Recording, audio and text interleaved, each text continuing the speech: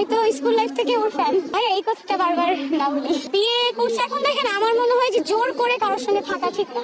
সবাই প্রশ্ন করেছিল যে আপনি ডক্টর, আপনার সাকিব খানের তো আপনার খুব কাছে, তো এটা কি আপনার সাথে কিনা? কিন্তু আমি আসলে মনে হয় না কোনো ম্যারিড পার্সনকে আমি বিয়ে করবো, এটা হচ্ছে প্রথম কথা।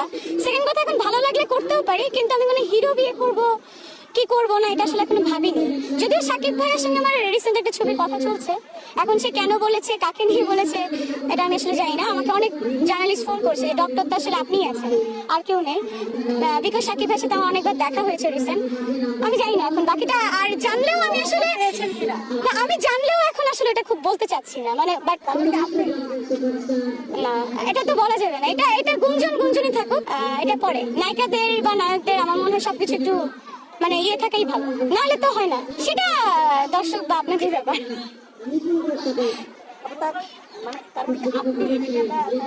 না, এটা তো আসলে এখন বলা যাবে না, কোনো কিছু তো এখন বলে দিলে তো থাকে না, এটা বলবো, দেখা যাক। বাট আমার সঙ্গে তার খুব কথা হচ্ছে একটা সিনেমার ব্যাপারে, দেখা হচ্ছে। মাঝখানে ইন্ডিয়াতে গিয়েছিলাম, আবার যাবো আমি, কালকে আমার ফ্লাইট কলকাতায়, তো ওটা বিষয় না, ওটা পরে।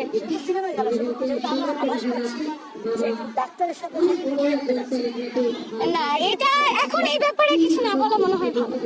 মানুষের এটা তো আসলে আমাদের বেঙ্গলি মেন্টালিটি যে একজনকে নিয়ে ঘর করতে হবে। যদি আপনার সঙ্গে বা আমার সঙ্গে আমার হাজবেন্ডের ম্যাচিং না হয় মেন্টালি, তাহলে তো আসলে ডিভোর্স দেওয়া বা সেপারেশনে থাকাটাই বেটার। প্রভাব পড়ে না সাধারণ মানুষের জীবনে, কারণ সাধারণ মানুষের থেকেও বেশি বিয়ে করে।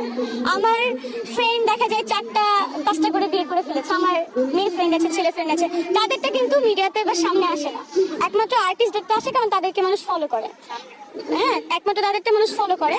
তো এখন যার যার লাইফে পড়ে আসলে একান্তই তার ব্যাপার। আসলে ডিভোর্স দেওয়া, সেপারেশনে থাকা, এটা তো আসলে অনেকেরই আমি দেখেছি।